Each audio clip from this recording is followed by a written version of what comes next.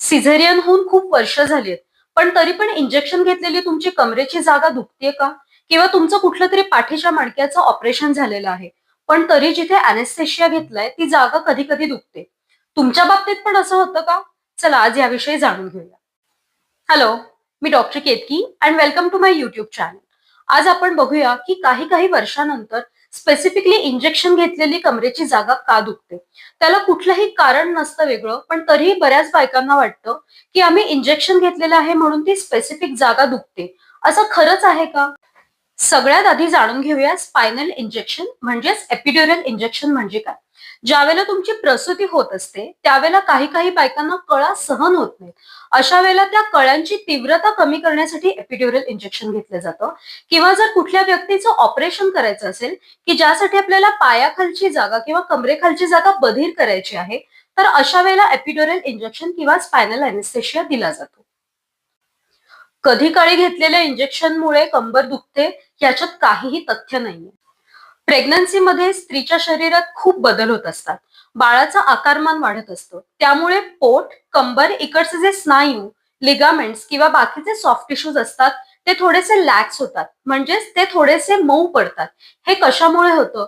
कारण प्रेग्नन्सीमध्ये रिलॅक्सिन नावाचं जे हॉर्मोन असतं किंवा संप्रेरक असतं ते जास्त प्रमाणात काम करत असतं आणि थोडंफार प्रोजेस्टेरॉन नावाचं हॉर्मोन त्याला हेल्प करतं. हे काय करतं? बाळाचं जसं जसं आकारमान वाढतं तसा तसा पोटाचा भागही वाढतो. अशा वेळेला अजून जागा मिळवण्यासाठी मसल्स, लिगामेंट अशा गोष्टी थोड्याशा लॅक्स होतात. प्रेग्नन्सीमध्ये जसजसा पोटाचा आकार वाढतो तसतशा स्त्रियांच्या पॉस्चरमध्येही फरक पडतो. म्हणजेच पाठीच्या कण्याची ठेवण थोडीशी बदलते, चालण्याची पद्धत बदलते किंवा काही काही स्त्रिया थोडासा बाक काढून चालतात. हे का होतं? कारण ऑलरेडी पोटाचं वजन पुढे जास्त असतं, त्याच्यामुळे बॅलन्सला इश्यू येतात.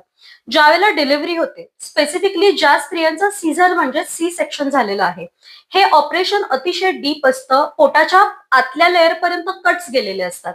त्यामुळे काय होतं? स्नायूंची जी ताकद असते ती पूर्ण नाहीशी झालेली असते. एकदा तुमचं बाळ सेटल झालं किंवा तुमच्या अंगात थोडीशी ताकद आली, त्याच्यानंतर स्त्रियांनी पोटाच्या स्नायूचे व्यायाम म्हणजेच कोर स्ट्रेंथनिंग करणं अतिशय गरजेचं आहे. कारण जे मसल्स काही महिने वीक आहेत ते आपापले आत जाणार नाहीये. त्यामुळे तुम्ही जर त्याची स्ट्रेंथ नाही वाढवलीत तर तुम्हाला पुढे जाऊन बॅक पेन नक्की येऊ शकतं. त्याच्यामुळे हे एक मोठं कारण आहे. ज्या स्त्रिया नुसतंच चालतात किंवा नुसतंच योगा करतात, अशानं काहीही होऊ शकत नाही. तुम्हाला स्ट्रेंथनिंग म्हणजे स्ट्रेंथ ट्रेनिंग पोटाच्या स्नायूंसाठीही अतिशय गरजेचं आहे. आता ह्याच्या नंतरचं अजून एक कारण असू शकतं. जर ऑपरेशनच्या वेळेला इंजेक्शन देताना मल्टिपल अटेम्प्ट्स म्हणजेच एक किंवा दोन किंवा त्यापेक्षा जास्त वेळेला इंजेक्शन देण्याची प्रक्रिया केली गेली, तर आजूबाजूचे जे सॉफ्ट टिश्यूज आहेत त्यांचं इन्फ्लमेशन होऊ शकतं. आता इन्फ्लमेशनचा तुम्ही माझा व्हिडिओ बघितलाच असेल, तर त्याच्यावरनं तुम्हाला कळेलच इन्फ्लमेशन म्हणजे नक्की काय. काही काही केसेसमध्ये स्कार टिश्यू म्हणजे जिथे ऑपरेशन झालेलं आहे ती जी लाईन आहे त्याच्या खालच्या बाजूला म्हणजेच पोटाच्या आतल्या बाजूला एक जाडसर लेअर तयार होतो. त्याच्यामुळे काय होतं की पेन अजून वाढू शकतं.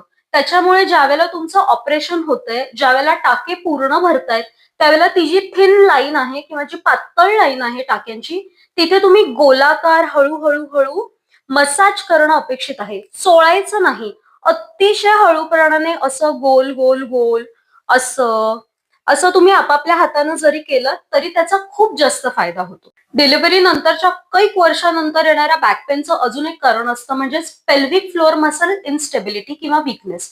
पेल्विक फ्लोअर मसल्स म्हणजे काय?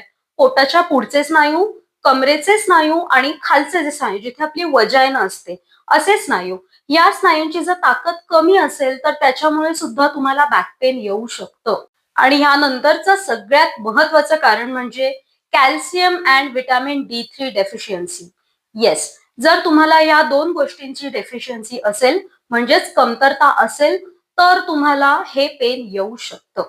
अशा पद्धतीची कंबरदुखी जर तुम्हाला टाळायची असेल तर एक महत्वाची गोष्ट तुम्ही लक्षात घ्या.